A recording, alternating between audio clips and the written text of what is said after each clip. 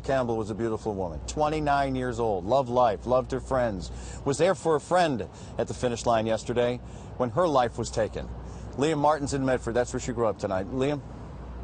And Crystal Campbell's mother, Patty, addressed the media here about half an hour ago. She could barely speak through the emotion, through her tears, but the major message was that she and her family are devastated, heartbroken by the loss of their daughter. She was at the marathon yesterday with her friend. They were there to watch their other friend who was approaching the finish line when the blast occurred. She died in that blast, of course.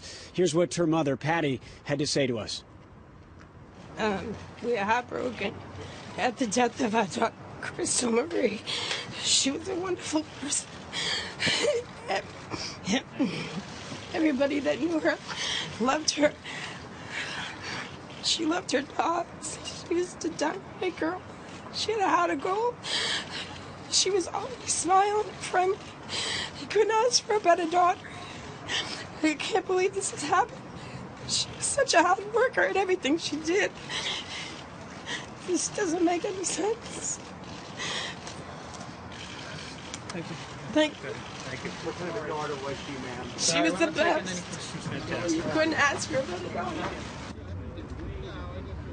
Described her as having a heart of gold, as you could hear. And in this conversation that I had actually this morning personally with Patty Campbell over the phone, she described a really horrific scene of confusion surrounding yesterday. In fact, she didn't learn until this morning that her daughter was one of the 3 victims in these blasts. She was at the race with a friend. The blasts occurred, and the family got word that she was actually at Mass General. So they went there. They believed that they were going to find Crystal there, and instead they found her friend.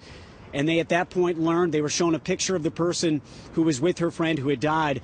And that, in fact, was a picture of Crystal Campbell. So you can understand just how gut-wrenching that must have been, heartbreaking, that they believed that their daughter was safe and was undergoing surgery, instead to learn that she, in fact, was dead. And in that conversation that I had with Patty Campbell, the quote that really stood out to me is that she said, quote, "She didn't deserve this. None of them did." Lots of people, I think, asking that question today, and of course last night as well, as we try to figure out exactly why this happened and why someone would